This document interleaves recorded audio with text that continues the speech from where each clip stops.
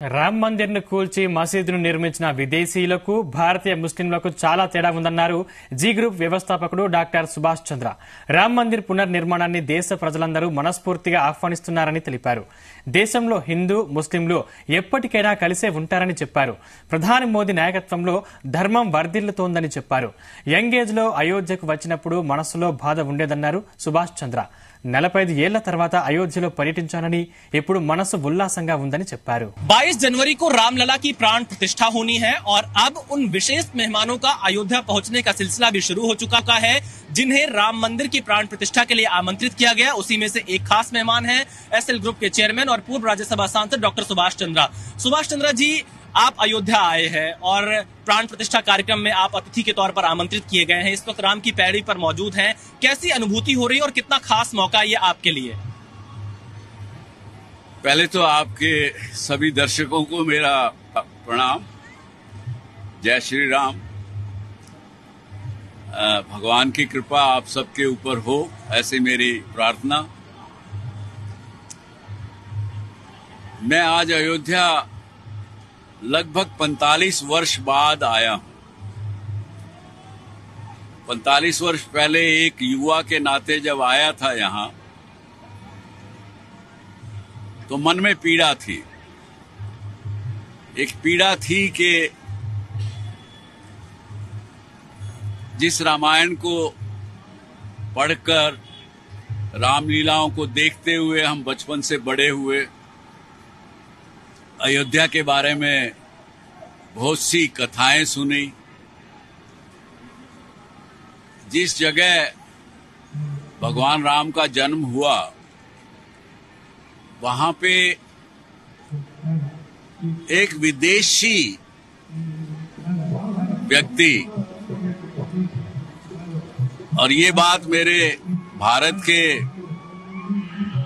मुस्लिम भाइयों को समझनी चाहिए कि ये जो यहाँ जो पहले मंदिर होता था, उसको तोड़ने वाले भारत के मुस्लिम नहीं थे. वो एक बाहर का एक विदेशी व्यक्ति था, आतताई था, जिसने उस मंदिर को तोड़ करके वहां मस्जिद बनाई.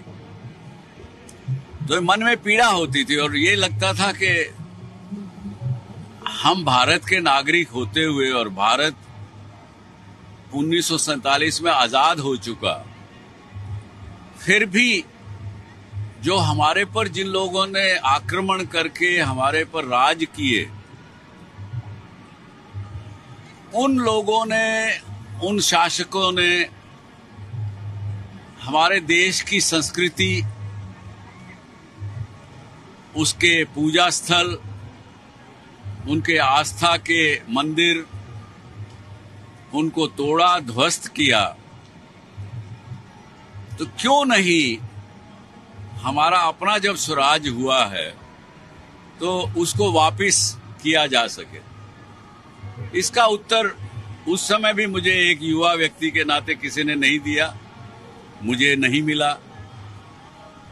कुछ राजनीतिक मित्र जिनसे पूछा तो उन्होंने भी यही कहा कि सुभाष, ये राजनीति है, तुम नहीं समझोगे, तुम बच्चे हो. तो वो पीड़ा लेकर के मैं यहां से गया. लेकिन जब मैं आज यहां आया हूं 2024 में, आज 20 जनवरी के दिन, तो मन में एक उल्लास है, एक भावना है इस प्रकार की कि मैं स्वतंत्र हूं, मेरा देश स्वतंत्र है, मेरे देश के नागरिक सब स्वतंत्र हैं. भगवान राम ने भी जब राम राज्य किया, जब वो राज करते थे, उनकी भी कथा में बहुत सी ऐसी चीजें मिलती हैं जिसमें कि सबको बोलने की स्वतंत्रता थी, आजादी थी. स्वतंत्रता होते हुए भी कोई किसी एक दूसरे को कष्ट नहीं देता था. लेकिन जो माहौल हमने पिछले 40-50 वर्षों में, आज के 15 साल पहले देखा, वो दुखदायी था. वो स्वतंत्रता के नाम पर कुछ भी कह देते थे. और कभी कभी तो आपके दर्शक शायद मुझे मेरे से नाराज होंगे, ब्रिटिश समय में, ब्रिटिश के राज के दौरान जो रुपया का जो करेंसी नोट था, उस पर भी भगवान की मूर्तियां थी। बहुत सी ऐसी चीजें थी जिसको आजादी के बाद सब हटा दिया गया। कोई इसका एक्सप्लेनेशन नहीं देता। तो ये भावना आज के दिन मन में है। सुभाष जी, क्योंकि आपने राजनीति का भी बहुत दौर देखा है, क्योंकि राम मंदिर और भारत की राजनीति दोनों साथ साथ चलती रही है। अब जाकर कहीं पटाक्षेप हुआ है, तो क्या आपको लगता है कि राम मंदिर को लेकर कोई राजनीतिक समझ इससे पहले नहीं हो पा रही थी कि एक समझौता हो, कोई बातचीत हो, रास्ता खुले अयोध्या को लेकर? कई बार प्रयास हुए, एक बार नहीं, कई बार प्रयास हुए।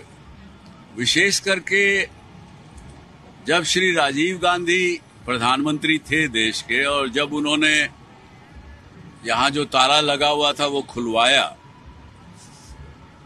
तो मैं ये कहना चाहूंगा कि उनकी पूरी मंशा थी कि ये पूरा मंदिर का स्वरूप इसको वापस दिया जाए, इसलिए ताला खुलवाया गया।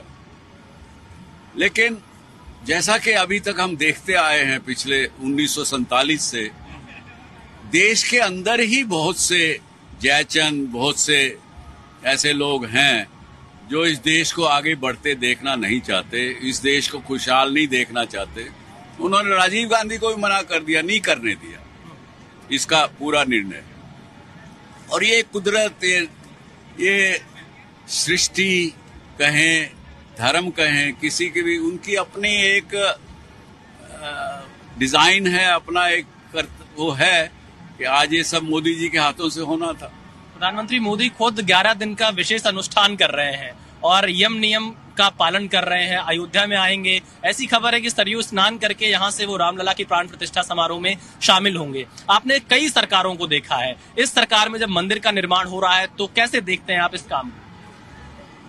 क्या है अगेन, इस बात को लोग कई बुरा मानेंगे, लेकिन इस देश का संविधान जब बना था उसमें धर्मनिरपेक्ष नाम का शब्द नहीं था,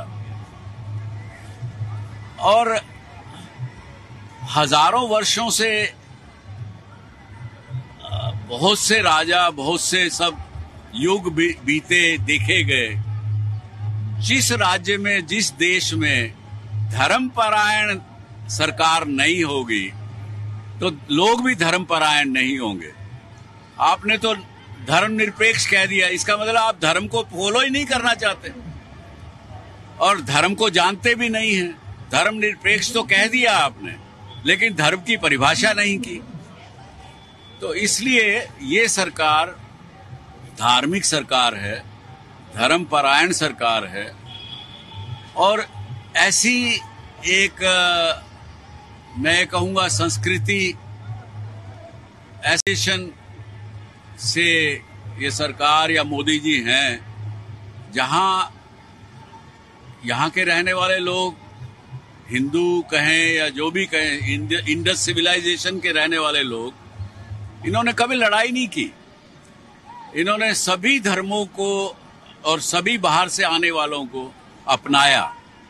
पारसीज हैं, क्रिश्चियंस हैं, यही के लोगों को कन्वर्ट करके मुस्लिम बनाया गया। जो ये यहाँ के लोग, आज अगर मैं कहूँ सबसे ज्यादा कष्ट अगर होना चाहिए तो आज के मुस्लिम समाज को होना चाहिए, भारत में रहने वाले, क्योंकि उनके कोई बुजुर्गों ने जिनको कन्वर्ट किया गया, हिंदू से मुस्लिम बनाया गया, उनको टॉर्चर किया गया, उनको मुस्लिम बनना पड़ा। तो आज के मुस्लिम भाइयों को ये मानना चाहिए कि उनके बुजुर्गों ने जो हिंदू थे उनको टॉर्चर करके मुसलमान बनाया गया, तो कष्ट उनको ज्यादा होना चाहिए। लेकिन हिंदू समाज ने लड़ाई का रास्ता नहीं चुना, इसीलिए ये जो संस्कृति, ये हमारी सिविलाइजेशन बची रही। वरना आप देखें तो रोमन सिविलाइजेशन है, मिस्र की सिविलाइजेशन है, बहुत सी और दूसरी सिविलाइजेशन थी, खत्म हो गई, क्योंकि उन्होंने लड़ाई लड़ी अपनी सिविलाइजेशन को बचाने के लिए, अपनी संस्कृति बचाने के लिए। हिंदू ने क्या कहा? मुसलमान ने अगर मंदिर तोड़ दिया, पूजा स्थल तोड़ दिया, तो उसने हाथ जोड़े, कोई बात नहीं भैया, हम तो अपने घर में तुलसी जी का पौधा लगा के उसको पूजा कर लेंगे, हम लड़ाई नहीं करेंगे। इसलिए ये सिविलाइजेशन बची रही और बची हुई है और आगे बढ़ रही। एक अंतिम सवाल, क्योंकि राम की पैड़ी पर है, राम राज्य की बात होती है और अब राम जी का मंदिर बन गया। 500 वर्षों का संघर्ष 1528 के बाद से लगातार अयोध्या में चलता रहा। आप जी न्यूज के दर्शकों को क्या कहना चाहेंगे राम की पैड़ी से, अगर राम राज्य की हम बात करें? मैं तो आप सबके दर्शकों को, आपको दर्शकों को यही कहूंगा कि राम की जो अच्छी बातें थी, उनकी जो अच्छाइयां थी, उनको अपनाएं, अपने जीवन में अपनाएं। मुझे दुख होता है बहुत बार, मैं जब देखता हूं कई अपने आप को राम भगत कहने वाले लोग अपने ही परिवार में अपने ही भाई से धन और संपत्ति के लिए जब लड़ते हैं और फिर दूसरी तरफ जाके राम के मंदिर में पूजा अर्चना करते हैं, वो सही वास्तव में वो राम के भगत नहीं है। राम की जो अच्छाइयाँ थी, जो इसने उस व्यक्ति ने जो त्याग करना सीखा, उसने अपना कर्तव्य निभाना सीखा, उसने एक आदर्श राजा कैसा हो वो सीखा, वो धर्म निभाया, उसकी अच्छाइयों को आप माने तो ही भगवान को, राम को आप वास्तव में भगवान मानेंगे। बहुत धन्यवाद। तो देखिए, डॉक्टर सुभाष चंद्रा 45 सालों बाद अयोध्या लौटे हैं और अपनी पुराने दिनों की यादों को भी आज याद किया और साथ ही साथ देश को यह संदेश भी दिया है कि भगवान श्री राम के आदर्शों को हम सभी को अपनाना चाहिए और अच्छाई जो भगवान श्री राम ने दिखाई है उस रास्ते पर ही आगे बढ़ना चाहिए। कैमरामैन जयदीप के साथ विशाल पांडे, जी मीडिया, अयोध्या।